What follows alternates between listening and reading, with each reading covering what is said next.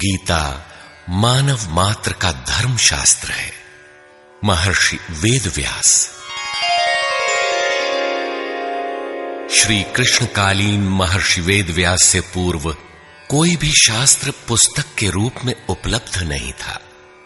श्रुत ज्ञान की इस परंपरा को तोड़ते हुए उन्होंने 4 वेद, ब्रह्म सूत्र, महाभारत, भागवत एवं गीता जैसे ग्रंथों में पूर्व संचित भौतिक एवं आध्यात्मिक ज्ञान राशि को संकलित कर अंत में स्वयं ही निर्णय दिया कि गीता सुगीता कर्तव्या किमन्यै शास्त्र विस्तरे या स्वयं पद्मनाभस्य मुखपद्माद विनिसृता। भीष्म पर्व। गीता भली प्रकार मनन करके हृदय में धारण करने योग्य है, जो पद्मनाभ भगवान के श्रीमुख से निःसृत वाणी है। फिर अन्य शास्त्रों के संग्रह की क्या आवश्यकता? मानव सृष्टि के आदि में भगवान श्री कृष्ण के श्रीमुख से निःसृत अविनाशी योग अर्थात श्रीमद् भगवद गीता, जिसकी विस्तृत व्याख्या वेद और उपनिषद है, विस्मृति आ जाने पर उसी आदि शास्त्र को भगवान श्री कृष्ण ने अर्जुन के प्रति पुनः प्रकाशित किया, जिसकी यथावत व्याख्या यथार्थ गीता है। एकम शास्त्रम देवकी पुत्र गीतम एको देवो देवकी पुत्रेव एको मंत्र श्रुतस्य नामानि यानि कर्माप्येकम तस्य देवस्य सेवा। गीता महात्म्य। अर्थात एक ही शास्त्र है जो देवकी पुत्र भगवान ने श्रीमुख से गायन किया। गीता एक ही प्राप्त करने योग्य देव है। उस गायन में जो सत्य बताया, आत्मा सिवाय आत्मा के कुछ भी शाश्वत नहीं है। उस गायन में उन महायोगेश्वर ने क्या जपने के लिए कहा? ओम। अर्जुन, ओम अक्षय परमात्मा का नाम है, उसका जप कर और ध्यान मेरा धर। एक ही कर्म है। गीता में वर्णित परम देव एक परमात्मा की सेवा। उन्हें श्रद्धा से अपने हृदय में धारण करें। अस्तु, आरंभ से ही गीता आपका शास्त्र रहा है। भगवान श्री कृष्ण के हजारों वर्ष पश्चात परवर्ती जिन महापुरुषों ने एक ईश्वर को सत्य बताया, गीता के ही पथ पर चलने वाले पथिक हैं, गीता के ही संदेशवाहक हैं। ईश्वर से ही लौकिक एवं पारलौकिक सुखों की कामना, ईश्वर से डरना, अन्य किसी को ईश्वर न मानना, यहां तक तो सभी महापुरुषों ने बताया। किंतु ईश्वरीय साधना, ईश्वर तक की दूरी तय करना, ये केवल गीता में ही सांगोपांग क्रमबद्ध सुरक्षित है। गीता से सुख शांति तो मिलती ही है, ये अक्षय अनामय पद भी देती है। देखिए श्रीमद् भगवद गीता की टीका, यथार्थ गीता।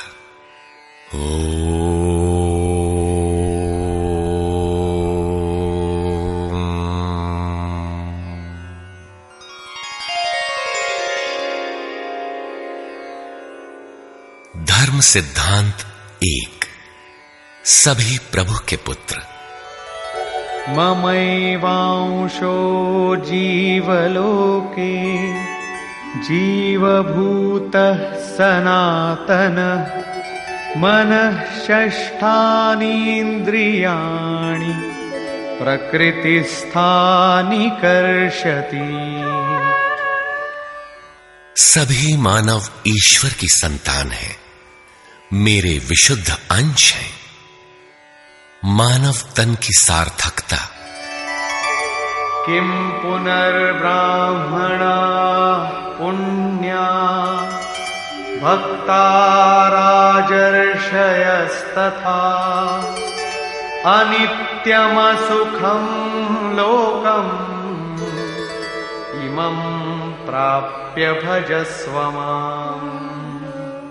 सुख रहित क्षण भंगुर किंतु दुर्लभ मानव तन को पाकर मेरा भजन कर, अर्थात भजन का अधिकार मनुष्य शरीरधारी को है। मनुष्य की केवल दो जाति, द्वौ भूत सर्गौ लोकेस्मिन् दैव आसुर एव च। दैवो विस्तरशः प्रोक्त आसुरं पार्थ मे शृणु। मनुष्य केवल दो प्रकार के हैं, देवता और असुर। जिसके हृदय में दैवी संपत्ति कार्य करती है वो देवता है, तथा जिसके हृदय में आसुरी संपत्ति कार्य करती है वो असुर है। तीसरी कोई अन्य जाति सृष्टि में नहीं है। हर कामना ईश्वर से सुलभ। त्रैविद्या मां सोमपाः पूतपापा यज्ञैरिष्ट्वा स्वर्गतिं प्रार्थयन्ते। ते पुण्यमासाद्य सुरेन्द्रलोकम् अश्नन्ति दिव्यान् दिवि देव भोगान्। मुझे भजकर लोग स्वर्ग तक की कामना करते हैं, मैं उन्हें देता हूं। अर्थात सब कुछ एक परमात्मा से सुलभ है। भगवान की शरण से पापों का नाश। अपि चेदसि पापेभ्यः सर्वेभ्यः पापकृत्तमः सर्वं ज्ञानप्लवेनैव वृजिनं सन्तरिष्यसि। संपूर्ण पापियों से अधिक पाप करने वाला भी ज्ञान रूपी नौका द्वारा निस्संदेह पार हो जाएगा।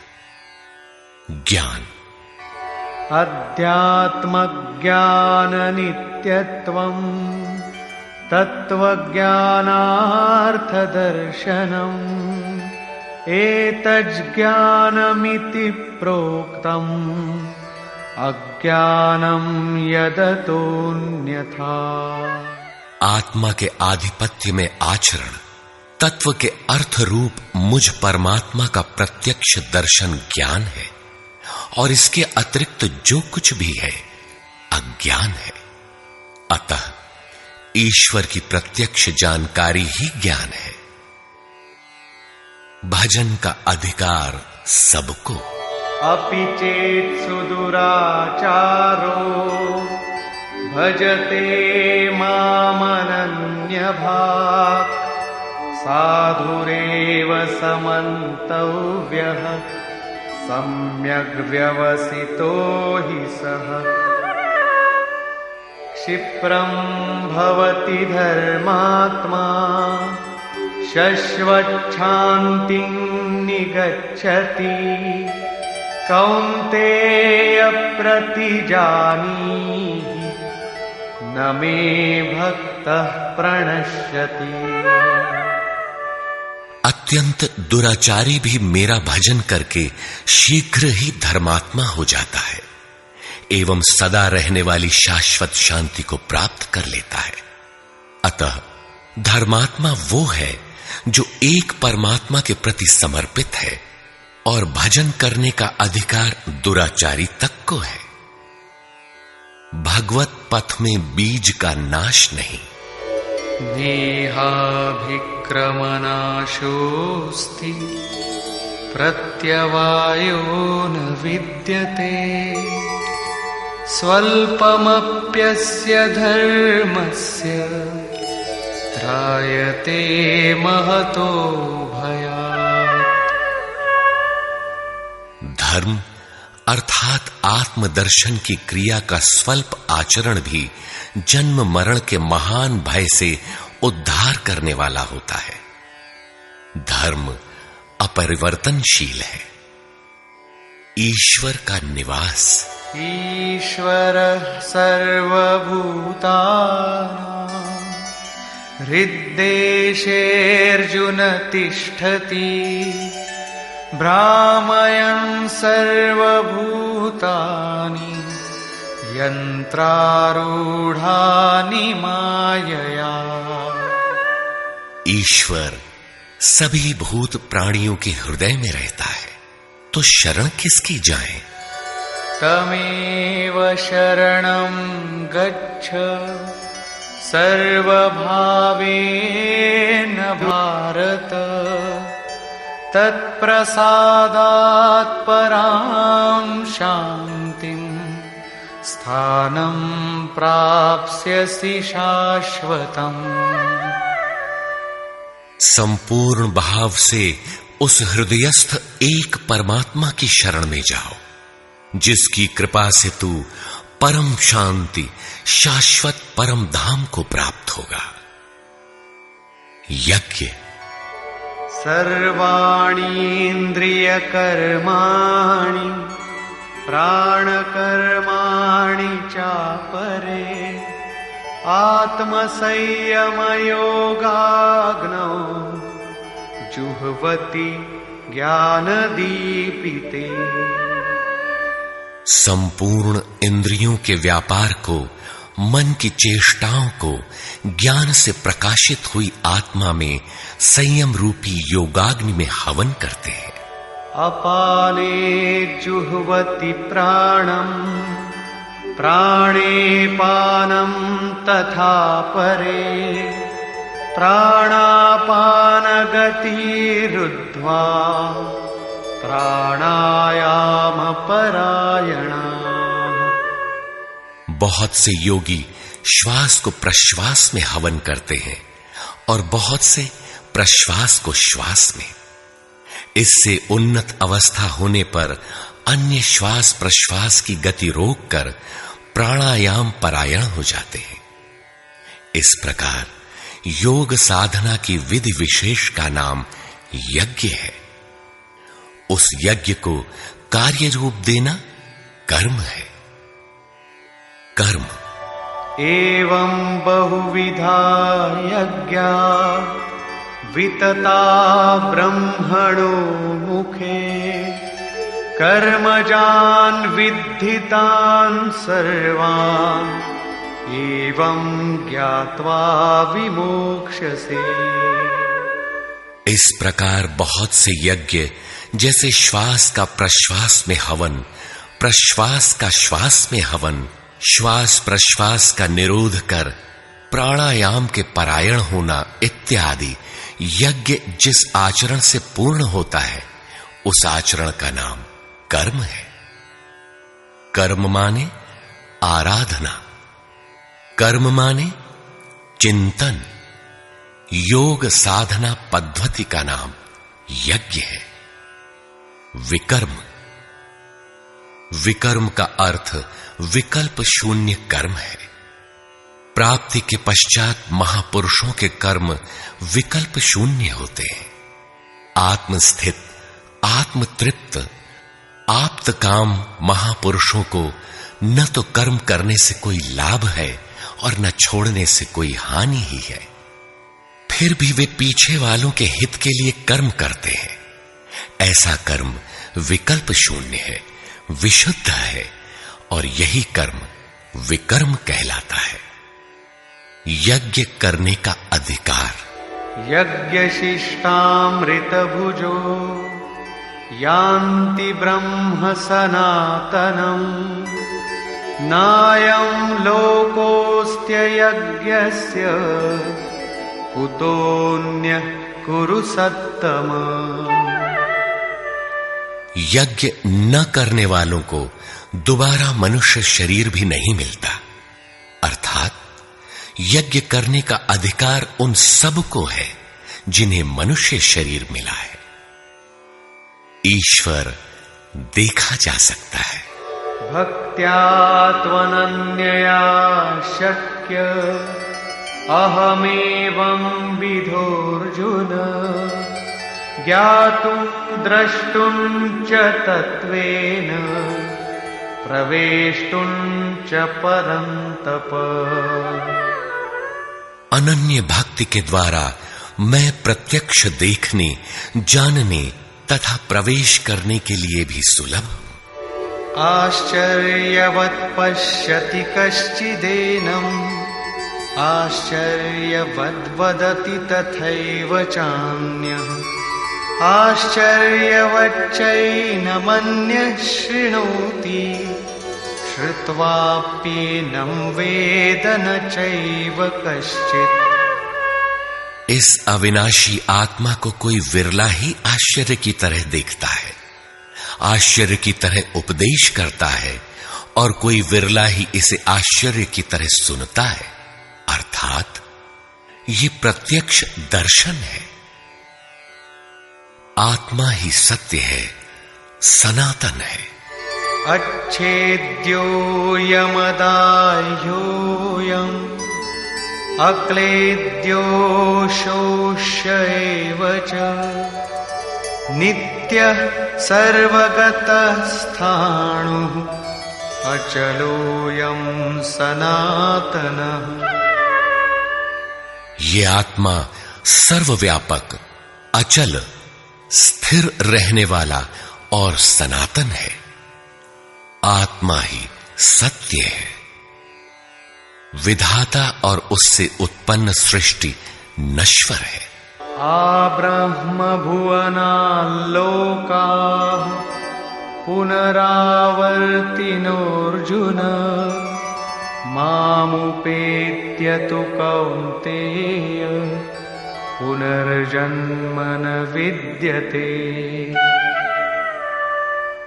ब्रह्मा और उससे निर्मित सृष्टि, देवता और दानव दुखों की खानी, क्षणभंगुर और नश्वर है, किंतु मेरा भक्त कभी नष्ट नहीं होता। भजन एक परमात्मा का करना चाहिए। देव पूजा। कामैस्तैस्तैर्हितज्ञानाः प्रपद्यन्तेऽन्यदेवताः तन्तन्नियममास्थाय प्रकृत्या नियताः स्वया। कामनाओं से जिनकी बुद्धि आक्रांत है, ऐसे मूढ़ बुद्धि ही परमात्मा के अतिरिक्त अन्य देवताओं की पूजा करते हैं। येऽप्यन्य देवता भक्ता यजन्ते श्रद्धयान्विताः तेऽपि मामेव कौन्तेय यजन्त्यविधिपूर्वकम्। देवताओं को पूजने वाला मेरी ही पूजा करता है, किंतु वह पूजन अविधि पूर्वक है, इसलिए नष्ट हो जाता है। यजन्ते सात्विका देवान् यक्षरक्षांसि राजसाः प्रेतान् भूतगणांश्चान्ये यजन्ते तामसा जनाः। अर्जुन, शास्त्र विधि को त्याग कर भजने वाले सात्विक श्रद्धा वाले देवताओं को, राजस पुरुष यक्ष राक्षसों को और तामस पुरुष भूत प्रेतों को पूजते हैं, किंतु कर्षयन्तः शरीरस्थम् भूतग्राममचेतसः मां चैवान्तः शरीरस्थम् तान् विद्यासुरनिश्चयान्। वे शरीर रूप से स्थित भूत समुदाय और अंतर्यामी रूप में स्थित मुझ परमात्मा को कृश करने वाले हैं। उनको तू असुर जान, अर्थात देवताओं को पूजने वाले भी आसुरी वृत्ति के अंतर्गत हैं। अधम। तानहं द्विषतः क्रूरान् संसारेषु नराधमान् क्षिपाम्यजस्रमशुभान् आसुरीष्वेव योनिषु। जो यज्ञ की नियत विधि छोड़ कल्पित विधियों से यजन करते हैं, वे ही क्रूर कर्मी, पापाचारी तथा मनुष्यों में अधम है, अन्य कोई अधम नहीं है। नियत विधि क्या है? ओमित्येकाक्षरं ब्रह्म व्याहरन् मामनुस्मरन् यः प्रयाति त्यजन् देहं स याति परमां गतिम्। ओम, जो अक्षय ब्रह्म का परिचायक है, उसका जप तथा मुझ एक परमात्मा का स्मरण, तत्वदर्शी महापुरुष के संरक्षण में ध्यान।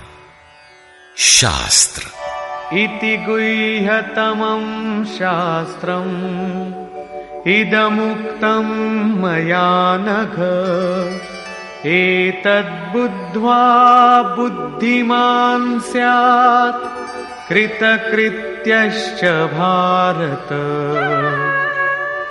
इस प्रकार यह अति गोपनीय शास्त्र मेरे द्वारा कहा गया। इसे तत्व से जानकर मनुष्य पूर्ण ज्ञाता तथा कृतार्थ हो जाता है। अतः योगेश्वर श्री कृष्ण की यह वाणी स्वयं में पूर्ण शास्त्र है। तस्माच्छास्त्रं प्रमाणन्ते कार्याकार्यव्यवस्थितौ ज्ञात्वा शास्त्रविधानोक्तं कर्म कर्तुमिहार्हसि। कर्तव्य और अकर्तव्य के निर्धारण में शास्त्र ही प्रमाण है। अतः गीता में निर्धारित विधि से आचरण करें। धर्म सर्वधर्मान् परित्यज्य मामेकं शरणं व्रज अहं त्वा सर्वपापेभ्यो मोक्षयिष्यामि मा शुचः। धार्मिक उथल पुथल को छोड़ एकमात्र मेरी शरण हो जा, अर्थात एक भगवान के प्रति पूर्ण समर्पण ही धर्म का मूल है। उस प्रभु को पाने की नियत विधि का आचरण ही धर्माचरण है, और जो उसे करता है वो अत्यंत पापी भी शीघ्र धर्मात्मा हो जाता है। धर्म प्राप्त कहां से करें? ब्रह्मणो हि प्रतिष्ठाहम् अमृतस्याव्ययस्य च शाश्वतस्य च धर्मस्य सुखस्यैकान्तिकस्य च। उस अविनाशी ब्रह्म का, अमृत का, शाश्वत धर्म का और अखंड एक रस आनंद का मैं ही आश्रय हूं, अर्थात परमात्म स्थित सद्गुरु ही इन सब का आश्रय है। नोट: विश्व के सारे धर्मों की सत्यधारा एक ईश्वर गीता का ही प्रसारण है।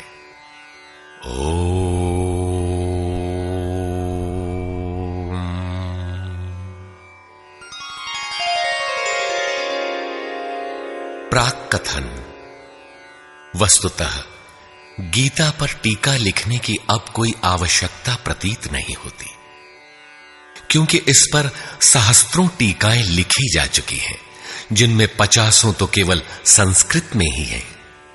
गीता को लेकर 50 मत हैं, जबकि सबकी आधारशिला एकमात्र गीता है।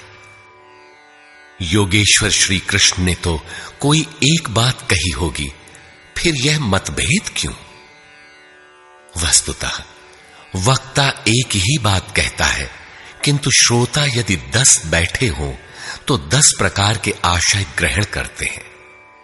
व्यक्ति की बुद्धि पर तामसी, राजसी अथवा सात्विक गुणों का जितना प्रभाव है, उसी स्तर से उस वार्ता को पकड़ पाता है। इससे आगे वो समझ नहीं पाता। अतः मतभेद स्वाभाविक है। विभिन्न मतवादों से और कभी-कभी एक ही सिद्धांत को अलग-अलग काल और भाषाओं में व्यक्त करने से साधारण मनुष्य संशय में पड़ जाता है। बहुत सी टीकाओं के बीच वह सत्य धारा भी प्रवाहित है, किंतु शुद्ध अर्थ वाली एक टीका हजारों टीकाओं के बीच रख दी जाए तो उनमें यह पहचानना कठिन हो जाता है कि यथार्थ कौन है। वर्तमान काल में गीता की बहुत सी टीकाएं हो गई हैं। सभी अपनी अपनी सत्यता का उद्घोष करती हैं, किंतु गीता के शुद्ध अर्थ से वे बहुत दूर हैं। निस्संदेह कुछ महापुरुषों ने सत्य का स्पर्श भी किया, किंतु कतिपय कारणों से वे उसे समाज के समक्ष प्रस्तुत न कर सके। श्री कृष्ण के आशय को हृदयंगम न कर पाने का मूल कारण है कि वे एक योगी थे। श्री कृष्ण जिस स्तर की बात करते हैं, क्रमशः चलकर उसी स्तर पर खड़ा होने वाला कोई महापुरुष ही अक्षरशः बता सकेगा कि श्री कृष्ण ने जिस समय गीता का उपदेश दिया था, उस समय उनके मनोगत भाव क्या थे। मनोगत समस्त भाव कहने में नहीं आते। कुछ तो कहने में आ पाते हैं, कुछ भाव भंगिमा से व्यक्त होते हैं, और शेष पर्याप्त क्रियात्मक हैं, जिन्हें कोई पथिक चलकर ही जान सकता है। जिस स्तर पर श्री कृष्ण थे, क्रमशः चलकर उसी अवस्था को प्राप्त महापुरुष ही जानता है कि गीता क्या कहती है। वह गीता की पंक्तियां ही नहीं दोहराता, बल्कि उनके भावों को भी दर्शा देता है, क्योंकि जो दृश्य श्री कृष्ण के सामने था, वही उस वर्तमान महापुरुष के समक्ष भी है। इसलिए वो देखता है, दिखा देगा, आप में जागृत भी कर देगा, उस पथ पर चला भी देगा। पूज्य श्री परमहंस जी महाराज भी उसी स्तर के महापुरुष थे। उनकी वाणी तथा अंतः प्रेरणा से मुझे गीता का जो अर्थ मिला, उसी का संकलन यथार्थ गीता है। इसमें मेरा अपना कुछ भी नहीं है। यह क्रियात्मक है। साधन अपनाने वाले प्रत्येक पुरुष को इसी परिधि से गुजरना होगा। जब तक वो इससे अलग है, तब तक स्पष्ट है कि वो साधन नहीं करता, किसी न किसी प्रकार की लकीर अवश्य पीटता है। अतः किसी महापुरुष की शरण ले।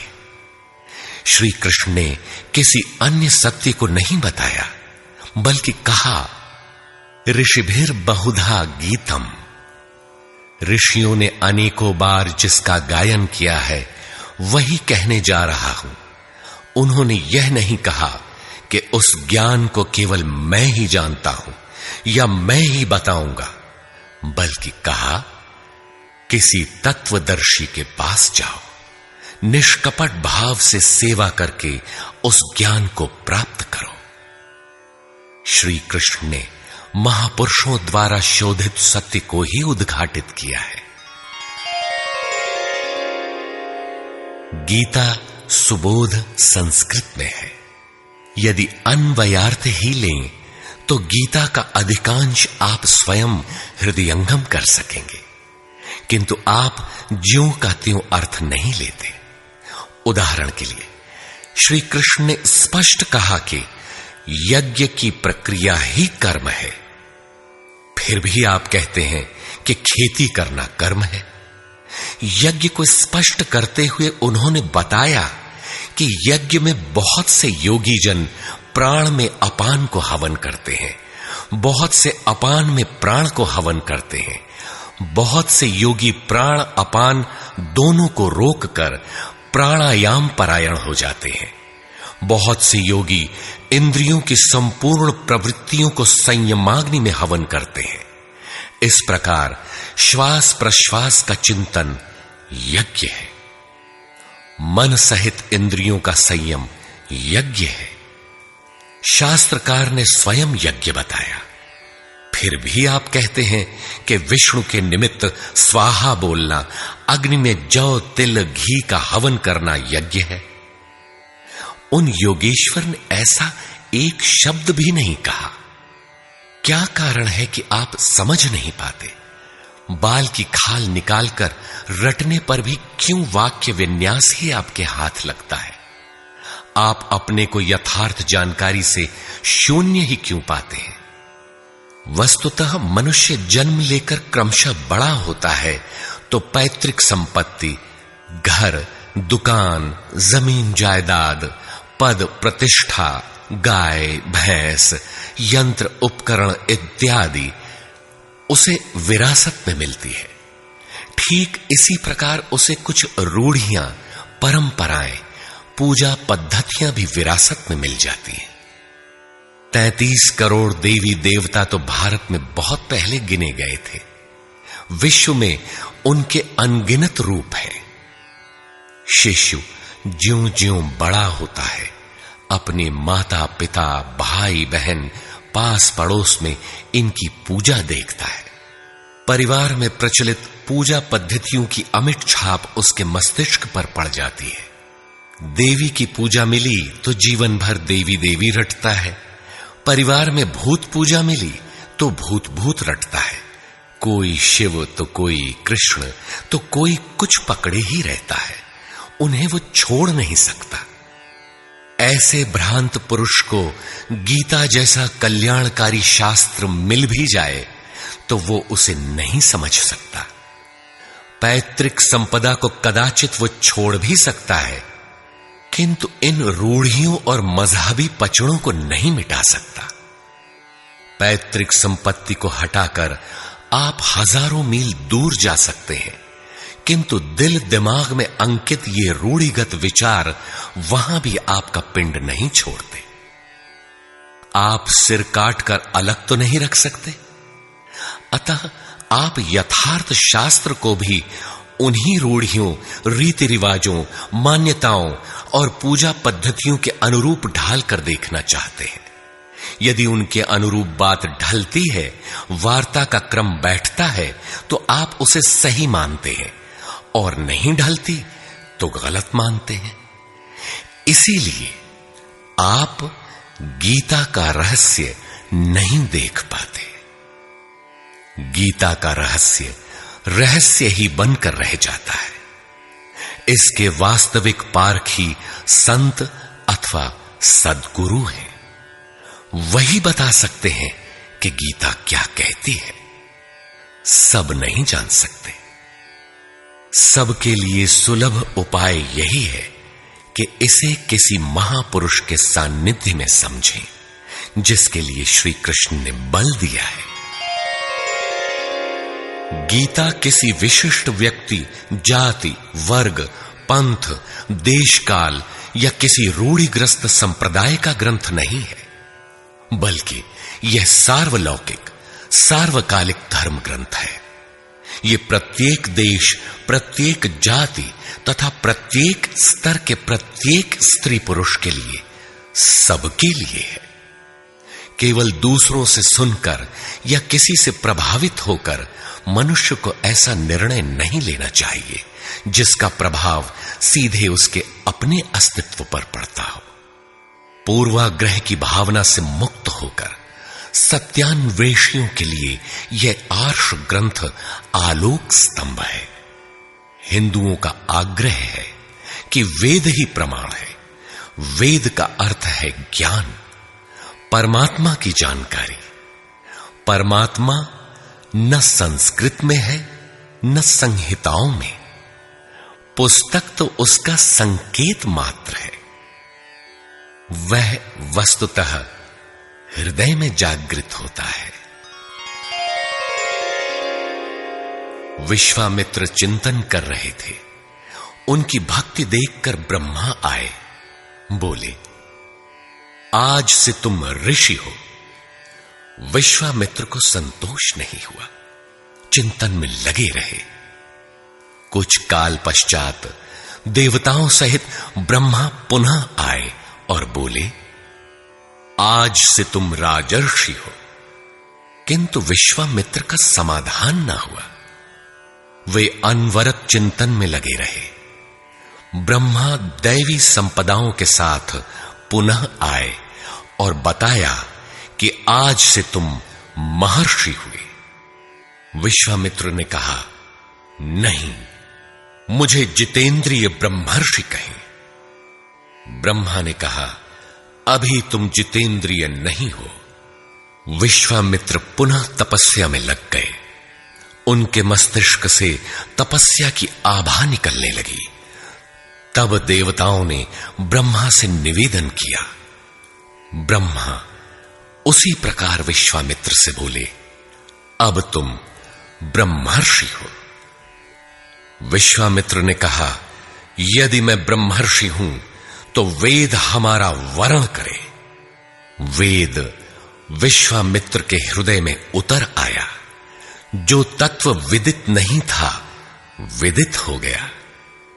यही वेद है, न कि पोथी। जहां विश्वामित्र रहते थे, वहां वेद रहता था। यही श्री कृष्ण भी कहते हैं कि संसार अविनाशी पीपल का वृक्ष है। ऊपर परमात्मा जिसका मूल और नीचे प्रकृति पर्यंत शाखाएं हैं। जो इस प्रकृति का अंत करके परमात्मा को विदित कर लेता है, वह वेदवित है। अर्जुन, मैं भी वेदवित हूं। अतः प्रकृति के प्रसार और अंत के साथ परमात्मा की अनुभूति का नाम वेद है।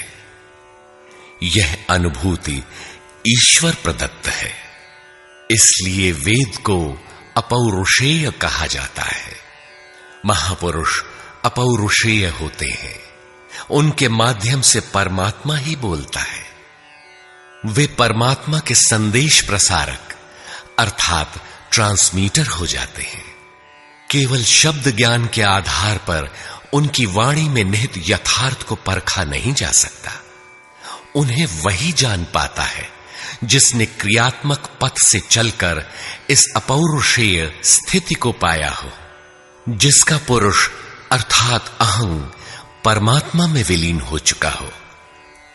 वस्तुतः वेद अपौरुषेय है, किंतु बोलने वाले 100-150 महापुरुष ही थे। उन्हीं की वाणी का संकलन वेद कहलाता है। किंतु जब शास्त्र लिखने में आ जाता है तो सामाजिक व्यवस्था के नियम भी उसके साथ लिख दिए जाते हैं। महापुरुष के नाम पर जनता उनका भी पालन करने लगती है, यद्यपि धर्म से उनका दूर का भी संबंध नहीं रहता। आधुनिक युग में मंत्रियों के आगे पीछे घूमकर साधारण नेता भी अधिकारियों से अपना काम करा लेते हैं, जबकि मंत्री ऐसे नेताओं को जानते भी नहीं। इसी प्रकार सामाजिक व्यवस्थाकार महापुरुष की ओट में जीने खाने की व्यवस्था भी ग्रंथों में लिपिबद्ध कर देते हैं। उनका सामाजिक उपयोग तत्सामयिक ही होता है। वेदों के संबंध में भी यही है।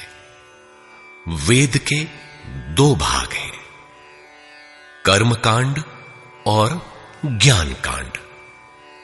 कर्मकांड समाज शास्त्र है, जैसे वास्तुशास्त्र, आयुर्वेद, धनुर्वेद, गंधर्व वेद इत्यादि। ज्ञान कांड उपनिषद है। उनका भी मूल योगेश्वर श्री कृष्ण की प्रथम वाणी गीता है। सारांशत गीता अपौरुषेय परमात्मा से समुद्भूत उपनिषद सुधा का सार सर्वस्व है। इसी प्रकार प्रत्येक महापुरुष जो परम तत्व को प्राप्त कर लेता है, स्वयं में धर्म ग्रंथ है। उसकी वाणी का संकलन विश्व में कहीं भी हो, शास्त्र कहलाता है। किंतु कतिपय धर्मावलंबियों का यह कथन है कि जितना कुरान में लिखा है उतना ही सच है। अब कुरान नहीं उतरेगा। ईसा मसीह पर विश्वास किए बिना स्वर्ग नहीं मिल सकता। वह ईश्वर का इकलौता बेटा था। अब ऐसा महापुरुष नहीं हो सकता। उनकी रूढ़िवादिता है। यदि उसी तत्व को साक्षात कर लिया जाए तो वही बात फिर होगी। गीता सार्वभौम है। धर्म के नाम पर प्रचलित विश्व के समस्त धर्म ग्रंथों में गीता का स्थान अद्वितीय है। यह स्वयं में धर्मशास्त्र ही नहीं बल्कि अन्य धर्म ग्रंथों में निहित सत्य का मानदंड भी है। गीता वह कसौटी है जिस पर प्रत्येक धर्म ग्रंथ में अनुस्यूत सत्य अनावृत हो उठता है। परस्पर विरोधी कथनों का समाधान निकल आता है। प्रत्येक धर्म ग्रंथ में संसार में जीने खाने की कला और कर्म कांडों का बाहुल्य है। जीवन को आकर्षक बनाने के लिए उन्हें करने तथा न करने के रोचक भयानक वर्णनों से धर्म ग्रंथ भरे पड़े हैं। कर्म कांडों की इसी परंपरा को जनता धर्म समझने लगती है। जीवन निर्वाह की कला के लिए निर्मित पूजा पद्धतियों में देश काल और परिस्थितियों के अनुसार परिवर्तन स्वाभाविक है। धर्म के नाम पर समाज में कलह का यही एकमात्र कारण है। गीता इन क्षणिक व्यवस्थाओं से ऊपर उठकर आत्मिक पूर्णता में प्रतिष्ठित करने का क्रियात्मक अनुशीलन है, जिसका एक भी श्लोक भौतिक जीवन यापन के लिए नहीं है। इसका प्रत्येक श्लोक आपसे आंतरिक युद्ध आराधना की मांग करता है। तथाकथित धर्म ग्रंथों की भांति यह आपको स्वर्ग या नरक के द्वंद्व में फंसाकर नहीं छोड़ता, बल्कि उस अमरत्व की उपलब्धि कराता है जिसके पीछे जन्म मृत्यु का बंधन नहीं रह जाता। प्रत्येक महापुरुष की अपनी शैली और कुछ अपने विशिष्ट शब्द होते हैं। योगेश्वर श्री कृष्ण ने भी गीता में कर्म, यज्ञ, वर्ण, वर्ण संकर, युद्ध, क्षेत्र, ज्ञान इत्यादि शब्दों पर बार बार बल दिया है। इन शब्दों का अपना आशय है और पुनरावृत्ति में भी इनका अपना सौंदर्य है। हिंदी रूपांतरण में इन शब्दों को उसी आशय में लिया गया है तथा आवश्यक स्थलों की व्याख्या भी की गई है। गीता के आकर्षण निम्नलिखित प्रश्न हैं, जिनका आशय आधुनिक समाज खो चुका है। वे इस प्रकार हैं जिन्हें यथार्थ गीता में आप पाएंगे। श्री कृष्ण एक योगेश्वर थे। सत्य, आत्मा ही सत्य है। सनातन, आत्मा सनातन है, परमात्मा सनातन है। सनातन धर्म परमात्मा से मिलाने वाली क्रिया है। युद्ध दैवी एवं आसुरी संपदाओं का संघर्ष युद्ध है। ये अंतःकरण की दो प्रवृत्तियां हैं। इन दोनों का मिटना परिणाम है। युद्ध स्थान, यह मानव शरीर और मन सहित इंद्रियों का समूह युद्ध स्थल है। ज्ञान, परमात्मा की प्रत्यक्ष जानकारी ज्ञान है। योग, संसार के संयोग वियोग से रहित अव्यक्त ब्रह्म के मिलन का नाम योग है। ज्ञान योग, आराधना ही कर्म है। अपने पर निर्भर होकर कर्म में प्रवृत्त होना ज्ञान योग है।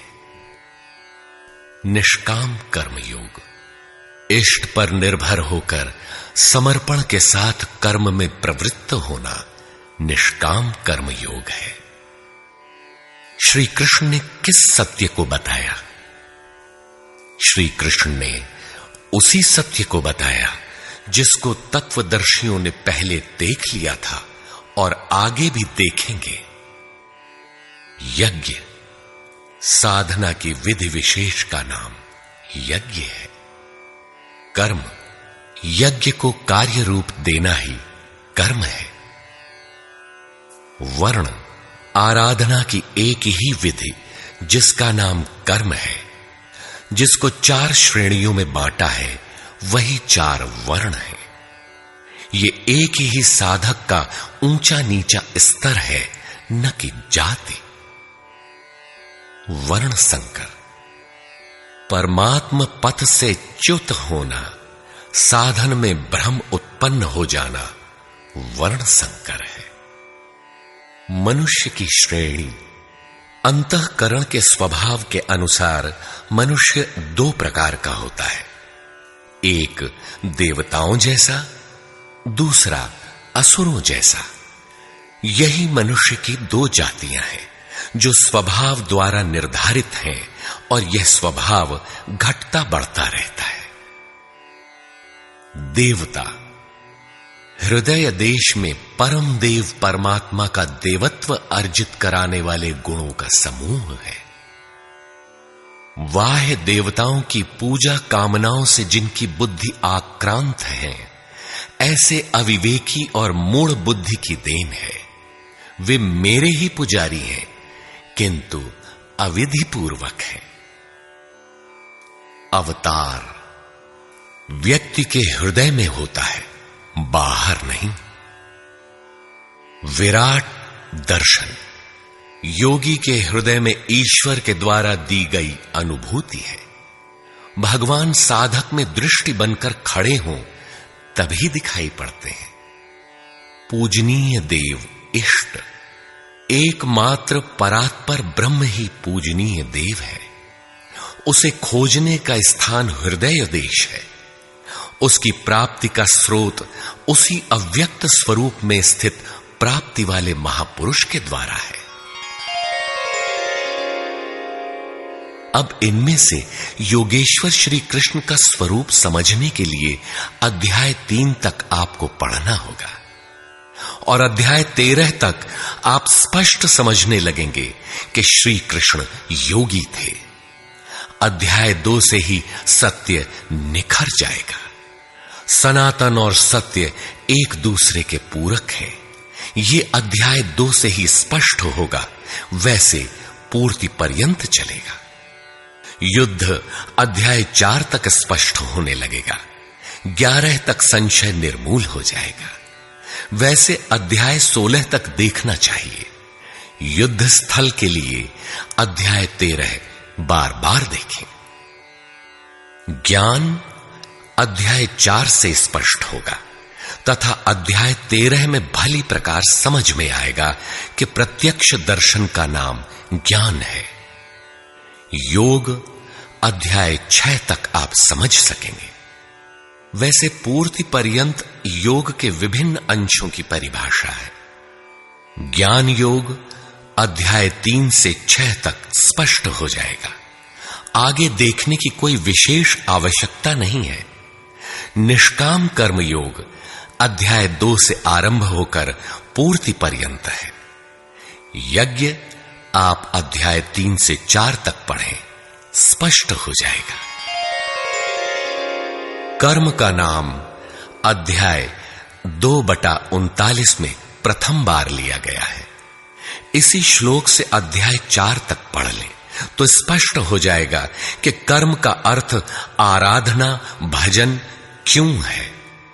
अध्याय 16 और 17 यह विचार स्थिर कर देता है कि यही सत्य है। वर्ण संकर अध्याय 3 में और अवतार अध्याय 4 में स्पष्ट हो जाएगा। वर्ण व्यवस्था के लिए अध्याय 18 देखना होगा। वैसे संकेत अध्याय 3 और 4 में भी है। मनुष्य की देवासुर जातियों के लिए अध्याय 16 द्रष्टव्य है। विराट दर्शन अध्याय 10 से 11 तक स्पष्ट हो गया है। अध्याय 7, 9 और 15 में भी इस पर प्रकाश डाला गया है। अध्याय 7, 9 और 17 में बाह्य देवताओं की अस्तित्वहीनता स्पष्ट हो जाती है। परमात्मा के पूजन की स्थली हृदय देश ही है, जिसमें ध्यान, श्वास प्रश्वास के चिंतन इत्यादि की क्रियाएं जो एकांत में बैठकर की जाती हैं। अध्याय 3, 4, 6 और 18 में स्पष्ट है। बहुत सोचने विचारने से क्या प्रयोजन है? यदि अध्याय 6 तक ही अध्ययन कर लें तो भी यथार्थ गीता का मूल आशय आपकी समझ में आ जाएगा। गीता जीविका संग्राम का साधन नहीं, अपितु जीवन संग्राम में शाश्वत विजय का क्रियात्मक प्रशिक्षण है। इसलिए युद्ध ग्रंथ है जो वास्तविक विजय दिलाता है, किंतु गीतोक्त युद्ध तलवार, धनुष, वाण, गदा और फरसे से लड़ा जाने वाला सांसारिक युद्ध नहीं है और न इन युद्धों में शाश्वत विजय निहित है।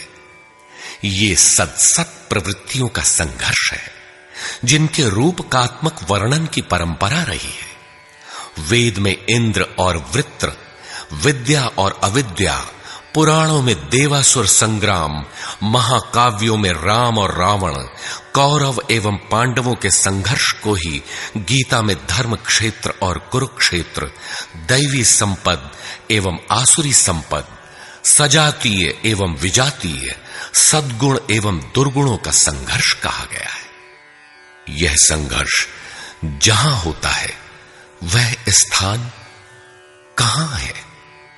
गीता का धर्म क्षेत्र और कुरुक्षेत्र भारत का कोई भूखंड नहीं, बल्कि स्वयं गीताकार के शब्दों में इदं शरीरम कौन्तेय क्षेत्रमित्यभिधीयते। कौन्तेय, यह शरीर ही एक क्षेत्र है जिसमें बोया हुआ भला और बुरा बीज संस्कार रूप से सदैव उगता है। 10 इंद्रियां, मन, बुद्धि, चित्त, अहंकार, 5 विकार और 3 गुणों का विकार इस क्षेत्र का विस्तार है। प्रकृति से उत्पन्न इन 3 गुणों से विवश होकर मनुष्य को कर्म करना पड़ता है। वह क्षण मात्र भी कर्म किए बिना नहीं रह सकता। पुनरपि जननम पुनरपि मरणम पुनरपि जननी जठरे शयनम। जन्म जन्मांतरों से करते ही तो बीत रहा है, यही कुरुक्षेत्र है। सद्गुरु के माध्यम से साधना के सही दौर में पढ़कर साधक जब परम धर्म परमात्मा की ओर अग्रसर होता है, तब यह क्षेत्र धर्म क्षेत्र बन जाता है। यह शरीर ही क्षेत्र है। इसी शरीर के अंतराल में अंतःकरण की 2 प्रवृत्तियां पुरातन हैं, दैवी संपद और आसुरी संपद। दैवी संपद में है पुण्य रूपी पांडु और कर्तव्य रूपी कुंती। पुण्य जागृत होने से पहले मनुष्य जो कुछ भी कर्तव्य समझकर करता है, अपनी समझ से वह कर्तव्य ही करता है, किंतु उससे कर्तव्य होता नहीं, क्योंकि पुण्य के बिना कर्तव्य को समझा ही नहीं जा सकता। कुंती ने पांडु से संबंध होने से पूर्व जो कुछ भी अर्जित किया वह था कर्ण। आजीवन कुंती के पुत्रों से लड़ता रह गया। पांडवों का दुर्धर्ष शत्रु यदि कोई था तो वह था कर्ण। विजातीय कर्म ही कर्ण है जो बंधनकारी है, जिससे परंपरागत रूढ़ियों का चित्रण होता है। पूजा पद्धतियां पिंड नहीं छोड़ती। पुण्य जागृत होने पर धर्म रूपी युधिष्ठिर, अनुराग रूपी अर्जुन, भाव रूपी भीम, नियम रूपी नकुल, सत्संग रूपी सहदेव, सात्विकता रूपी सात्यकी, काया में सामर्थ्य रूपी काशीराज, कर्तव्य के द्वारा भव पर विजय कुंती भोज इत्यादि इष्टोन्मुखी मानसिक प्रवृत्तियों का उत्कर्ष होता है, जिनकी गणना 7 अक्षौहिणी है। अक्ष दृष्टि को कहते हैं। सत्यमयी दृष्टिकोण से जिसका गठन है वह है दैवी संपद। परम धर्म परमात्मा तक की दूरी तय कराने वाली ये 7 सीढ़ियां, 7 भूमिकाएं हैं न कि कोई गणना विशेष। वस्तुतः ये प्रवृत्तियां अनंत हैं। दूसरी ओर है कुरुक्षेत्र, जिसमें 10 इंद्रियां और 1 मन 11 अक्षौहिणी सेना है। मन सहित इंद्रियमयी दृष्टिकोण से जिसका गठन है वह है आसुरी संपद, जिसमें है अज्ञान रूपी धृतराष्ट्र, जो सत्य को जानते हुए भी अंधा बना रहता है। उसकी सहचारिणी है गांधारी, इंद्रिय आधार वाली प्रवृत्ति। इनके साथ हैं मोह रूपी दुर्योधन, दुर्बुद्धि रूपी दुःशासन, विजातीय कर्म रूपी कर्ण, भ्रम रूपी भीष्म, द्वैत के आचरण रूपी द्रोणाचार्य, आसक्ति रूपी अश्वत्थामा, विकल्प रूपी विकर्ण, अधूरी साधना में कृपा के आचरण रूपी कृपाचार्य, और इन सब के बीच जीव रूपी विदुर है, जो रहता है अज्ञान में, किंतु दृष्टि सदैव पांडवों पर है। पुण्य से प्रवाहित प्रवृत्ति पर है, क्योंकि आत्मा परमात्मा का शुद्ध अंश है। इस प्रकार आसुरी संपद भी अनंत है। क्षेत्र एक ही है, यह शरीर, इसमें लड़ने वाली प्रवृत्तियां 2 हैं।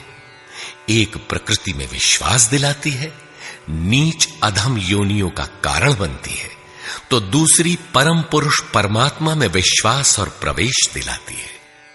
तत्वदर्शी महापुरुष के संरक्षण में क्रमशः साधन करने पर दैवी संपत्ति का उत्कर्ष और आसुरी संपत्ति का सर्वथा शमन हो जाता है। जब कोई विकार ही नहीं रहा, मन का सर्वथा निरोध और निरुद्ध मन का भी विलय हो जाता है, तो दैवी संपत्ति की आवश्यकता समाप्त हो जाती है।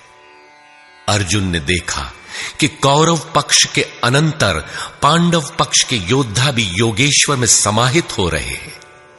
पूर्ति के साथ दैवी संपत्ति भी विलीन हो जाती है। अंतिम शाश्वत परिणाम निकल आता है। इसके पश्चात महापुरुष यदि कुछ करता है तो केवल अनुयायियों के मार्गदर्शन के लिए ही करता है। लोक संग्रह की इसी भावना से महापुरुषों ने सूक्ष्म मनोभावों का वर्णन उन्हें ठोस स्थूल रूप देकर किया है। गीता छंदोबद्ध है, व्याकरण सम्मत है, किंतु इसके पात्र प्रतीकात्मक हैं। अमूर्त योग्यताओं के मूर्त रूप मात्र है। गीता के आरंभ में 30-40 पात्रों का नाम लिया गया है, जिनमें आधे सजातीय हैं, आधे विजातीय। कुछ पांडव पक्ष के हैं, कुछ कौरव पक्ष के। विश्व रूप दर्शन के समय इनमें से 4-6 नाम पुनः आए हैं, अन्यथा संपूर्ण गीता में इन नामों की चर्चा तक नहीं है। एकमात्र अर्जुन ही ऐसा पात्र है जो आरंभ से अंत तक योगेश्वर के समक्ष है। वह अर्जुन भी केवल योग्यता का प्रतीक है, न कि व्यक्ति विशेष।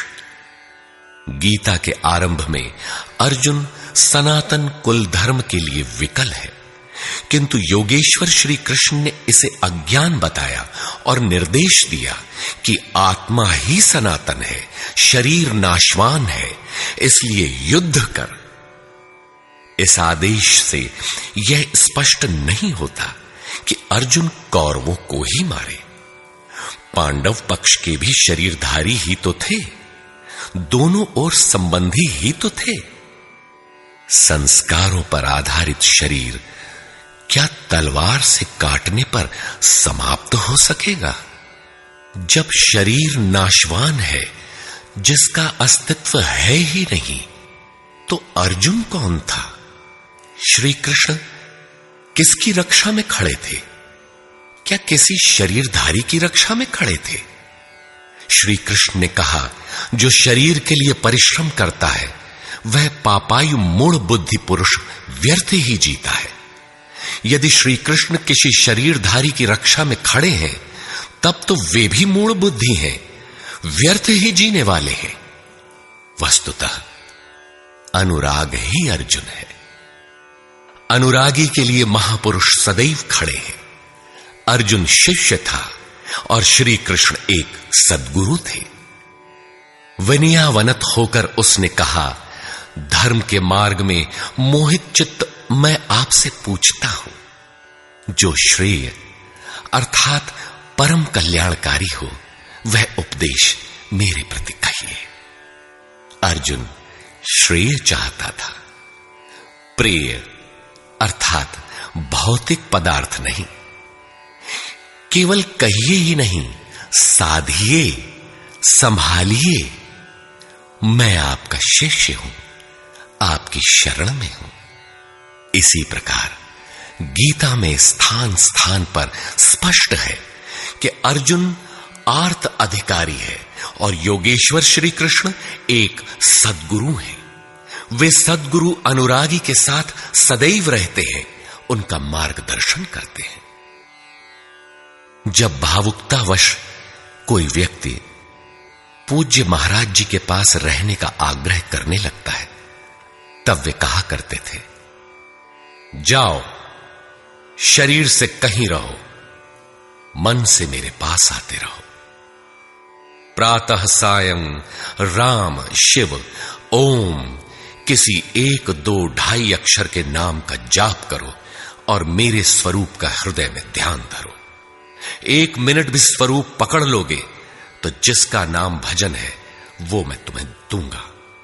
इससे अधिक पकड़ने लगोगे तो हृदय से रथी बनकर सदैव तुम्हारे साथ रहूंगा।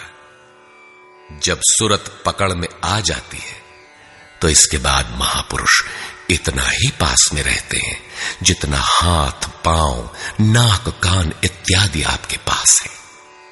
आप हजारों किलोमीटर दूर क्यों ना हो, वह सदैव समीप है।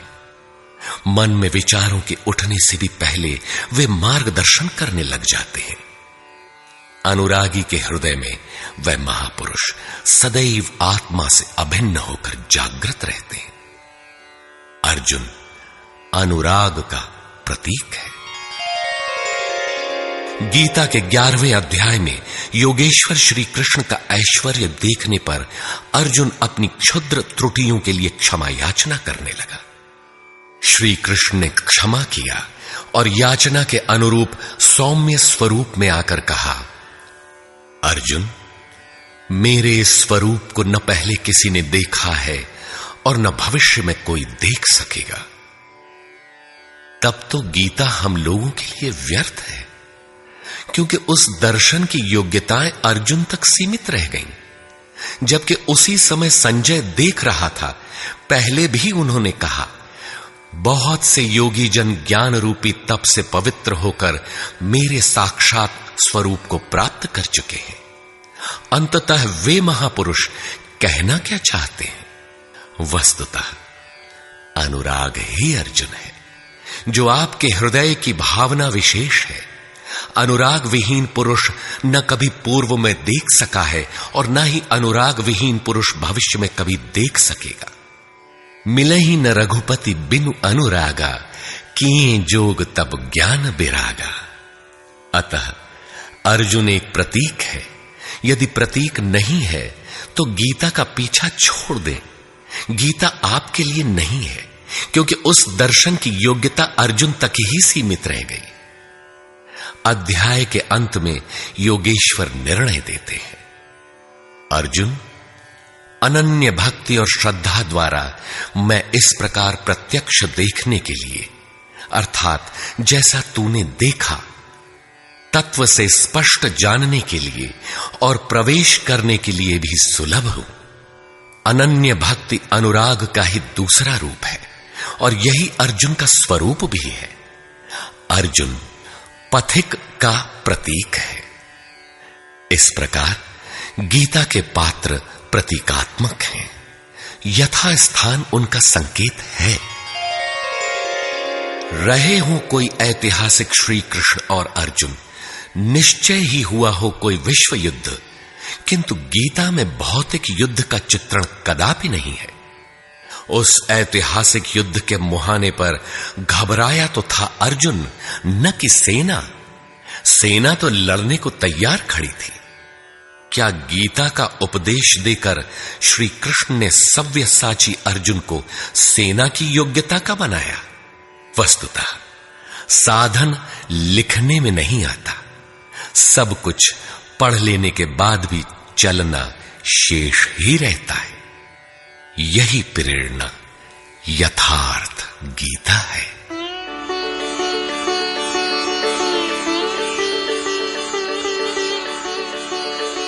सद्गुरु कृपाश्रयी जगत बंधु स्वामी अड़गड़ानंद जी।